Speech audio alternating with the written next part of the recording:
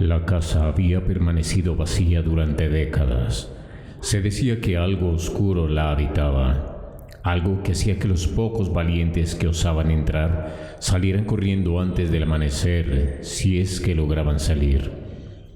Era una enorme mansión en lo alto de una colina, rodeada de árboles retorcidos cuyas sombras parecían estirarse como dedos en las noches de luna llena. Los vecinos evitaban mirarla, incluso durante el día. Para ellos, la casa no existía, pero para la familia Morales, que acababa de comprarla por un precio sorprendentemente bajo, parecía ser una oportunidad perfecta para un nuevo comienzo. Nada podía prepararlos para lo que les esperaba. El primer día que la familia cruzó la puerta, la casa estaba extrañamente fría.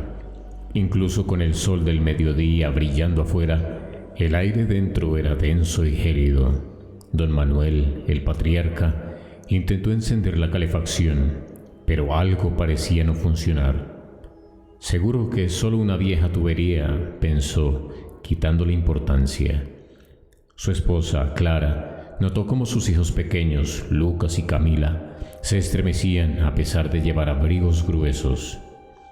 Esa primera noche, Clara escuchó algo inquietante. Estaba dormida, o al menos eso creía, cuando un sonido como el arrastrar de cadenas resonó en el pasillo. Se levantó lentamente sin despertar a Manuel y se acercó a la puerta del dormitorio. Su mano temblorosa giró el pomo y al abrir la puerta, el sonido se detuvo de golpe. El pasillo estaba vacío, pero una extraña sensación recorrió su espalda. Fue entonces cuando lo vio. Una sombra al final del corredor, inmóvil. Tenía la vaga figura de un hombre, pero sus extremidades estaban distorsionadas, alargadas, casi como si fueran meros espectros de lo que una vez fueron. Clara cerró la puerta de golpe y se cubrió bajo las mantas, tratando de convencerse de que era solo su imaginación. Al día siguiente, Clara decidió no mencionar nada a su familia, pero las cosas comenzaron a torcerse rápido. Lucas, el más pequeño, empezó a hablar con alguien. Al principio, pensaron que se trataba de un amigo imaginario, como muchos niños suelen tener, pero pronto notaron que las conversaciones de Lucas eran inquietantemente detalladas. El hombre me dijo que no deberíamos estar aquí, murmuraba mientras jugaba en su habitación. Cuando Clara le preguntó quién era ese hombre, Lucas la miró con ojos grandes y aterradores. El que vive aquí. Dice que está su casa y que no podemos irnos. A partir de esa noche, el ambiente en la casa se volvió más pesado. La tensión entre la familia aumentaba sin razón aparente. Clara y Manuel comenzaron a discutir por cosas insignificantes, y ambos notaban cómo la casa parecía ser eco de cada grito, amplificando el resentimiento. Mientras tanto, Lucas y Camila empezaban a aislarse más, hablando entre ellos en susurros, siempre mirando por encima del hombro, como si estuvieran vigilados. Una noche, todo empeoró. Clara estaba sola en la cocina, lavando platos mientras Manuel intentaba arreglar la calefacción en el sótano. La casa estaba en completo silencio, pero de repente, Clara sintió que algo estaba detrás de ella. El aire se volvió más denso, como si alguien estuviera respirando en su cuello. Lentamente giró su cabeza, pero no había nadie. Sin embargo, en el reflejo del cuchillo que sostenía, pudo ver claramente una figura detrás de ella, distorsionada, con una sonrisa grotesca. Su respiración se aceleró y al girarse, el cuchillo cayó de sus manos. En el sótano, Manuel escuchó un fuerte golpe. Pensó que algo había caído y decidió subir a ver qué pasaba. Mientras subía las escaleras, sintió una ráfaga de aire helado, pero lo que vio cuando llegó a la cocina lo dejó paralizado. Clara estaba en el suelo, con la mirada perdida y murmurando palabras incoherentes. Nos está mirando, repetía sin parar. Esa misma noche, los niños comenzaron a gritar en su habitación. Cuando Manuel y Clara llegaron corriendo, las paredes estaban cubiertas de palabras escritas con lo que parecía ser ceniza. no pueden salir. Esta es mi casa, uno a uno. El frío era insoportable, pero lo peor de todo era que los niños no paraban de señalar una esquina oscura de la habitación. Sus ojos estaban llenos de terror. No había nada visible, pero Manuel sintió que algo lo observaba desde la penumbra. Al día siguiente decidieron que tenían que irse. Empacaron apresuradamente, pero cuando intentaron abrir la puerta principal, esta no se movió. Intentaron con las ventanas, pero estaban selladas como si la misma casa se negara a dejarlos escapar. Fue entonces cuando escucharon un susurro colectivo, una voz grave y distorsionada que parecía venir de todos lados y de ningún lado a la vez. Nadie sale. Las noches siguientes fueron una tortura. El fantasma, o lo que fuera, no les permitía dormir. Cada vez que intentaban cerrar los ojos, sentían como algo los observaba, cómo su respiración se hacía más pesada y cómo el frío invadía sus cuerpos.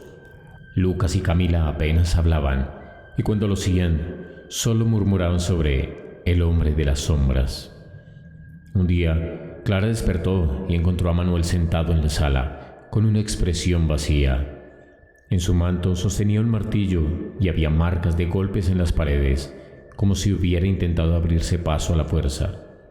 «Tenemos que destruirla», murmuraba una y otra vez.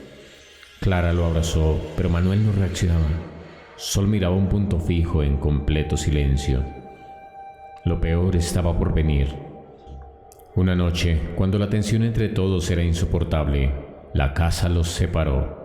Manuel, Clara y los niños fueron arrastrados a diferentes habitaciones por una fuerza invisible. Los gritos de terror resonaban por toda la mansión, pero nadie podía hacer nada. Las puertas se cerraron de golpe y lo que sucedió a continuación fue más oscuro y cruel de lo que cualquiera de ellos podría haber imaginado. La oscuridad en la casa se hizo más densa esa noche. Cada rincón estaba impregnado por una presencia maligna. Y el frío no era solo físico, era como si se infiltrara en el alma de cada miembro de la familia, arrancándoles el calor y la esperanza. Las paredes parecían cerrarse, los susurros llenaban cada espacio, y la casa misma respiraba como si estuviera viva. Manuel estaba atrapado en el salón principal, con las luces parpadeando. Podía escuchar los gritos de sus hijos, pero no podía moverse. Era como si algo invisible lo sujetara, paralizándolo en su lugar. El martillo que sostenía se le cayó de las manos, resonando en el suelo de madera con un eco que parecía durar eternamente. Intentaba luchar, intentaba gritar, pero su garganta estaba seca y la casa parecía reírse de su desesperación. En sus oídos podía escuchar una voz grave y distorsionada. Uno a uno caerán. Clara en su habitación se encontraba de pie frente a un espejo, pero lo que veía en el reflejo no era su propio rostro.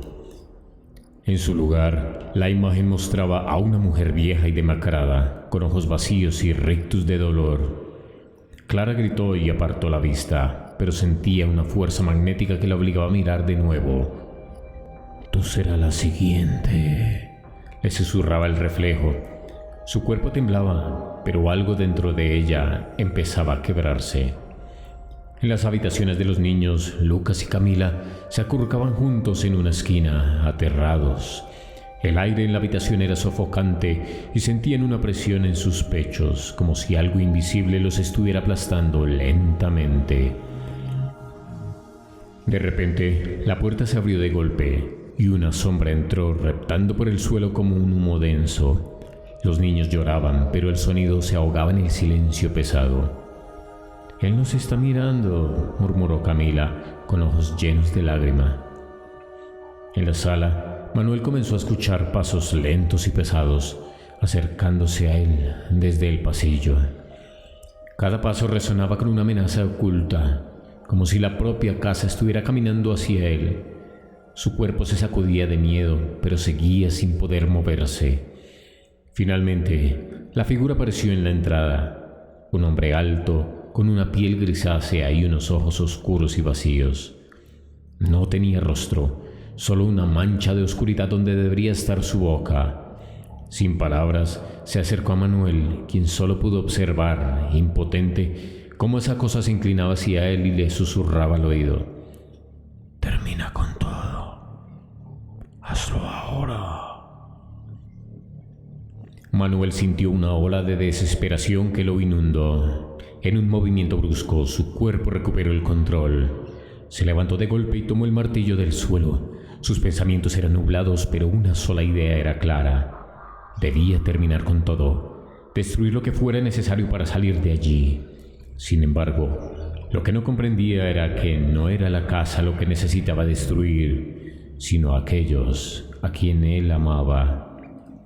Clara, mientras tanto, escuchaba golpes en la puerta de su habitación. Pensaba que Manuel había venido por ella, pero cuando abrió, no era él. La sombra de antes estaba allí, más cerca que nunca, y se movía hacia ella con una lentitud cruel. Retrocedió, pero tropezó con el borde de la cama y cayó al suelo. Antes de poder levantarse, sintió unas manos frías que la agarraban por los tobillos y la arrastraban hacia la oscuridad bajo la cama. Intentó gritar, pero su voz se apagó mientras el aire se le escapaba de los pulmones. Los niños también estaban siendo manipulados. En medio de su miedo, comenzaron a pelearse entre ellos, sus pequeñas mentes siendo corrompidas por la presencia maligna que los rodeaba. Lucas golpeó a Camila en un ataque de pánico y ella cayó al suelo llorando. El llanto desesperado de Camila resonaba en toda la casa, pero nadie podía ayudarla. La casa estaba jugando con todos. Las paredes comenzaron a moverse, cambiando de forma, cerrando pasillos, atrapando a la familia en un laberinto interminable. Manuel corría con el martillo en la mano buscando a Clara y los niños, pero cada vez que doblaba una esquina, parecía que la casa cambiaba su estructura. Gritaba sus nombres, pero lo único que recibía a cambio era el eco de su propia voz distorsionada, burlándose de él. Cuando finalmente encontró a Clara, ella no era la misma. Estaba de pie en medio de la habitación, sus ojos vacíos y su piel estaba pálida. En sus manos sostenía un cuchillo. Manuel intentó hablarle, pero ella no respondía. Sus manos temblaban mientras levantaba el cuchillo hacia él. Su rostro era una máscara de angustia, como si algo dentro de ella luchara por liberarse, pero ya era demasiado tarde. «Tenemos que terminar con esto», dijo Clara en un susurro roto. Antes de que pudiera reaccionar, Clara lanzó el cuchillo hacia Manuel, rozándole el brazo y cortándole profundamente. El dolor lo sacudió, pero no podía hacer nada más que mirar cómo Clara levantaba el cuchillo nuevamente. El fantasma, esa sombra oscura que lo había estado manipulando todo este tiempo, estaba detrás de ella, guiando cada uno de sus movimientos. Manuel, en un intento desesperado por salvar a su esposa, levantó el martillo, pero en el último segundo, justo antes de que el arma cayera, dudó. En ese momento de vacilación, Clara se abalanzó sobre él y ambos cayeron al suelo. El cuchillo perforó el pecho de Manuel y su grito se ahogó en la oscuridad. Clara se desplomó a su lado, finalmente liberada de la influencia maligna, pero ya era demasiado tarde para salvar a ninguno de los dos. Los niños, ahora solos, fueron los últimos en sucumbir. La casa los atrapó en su red de terror, haciendo que se enfrentaran entre ellos. Sus pequeños cuerpos no podían soportar el tormento psicológico y en una pelea final y desesperada, Lucas, en su miedo, empujó a Camila por las escaleras. El crujido de su cuerpo al caer resonó por toda la casa y el silencio que siguió fue más aterrador que cualquier grito. Finalmente, Lucas quedó solo. La casa estaba en completo silencio, excepto por los susurros del fantasma que lo rodeaban. Ya no había nadie a quien torturar, nadie más a quien eliminar. El pequeño Lucas se quedó sentado en la oscuridad susurrando el nombre de su hermana una y otra vez, hasta que la casa se lo tragó por completo. Y así, la mansión volvió a quedar vacía, esperando pacientemente a su próxima familia, a sus próximas víctimas.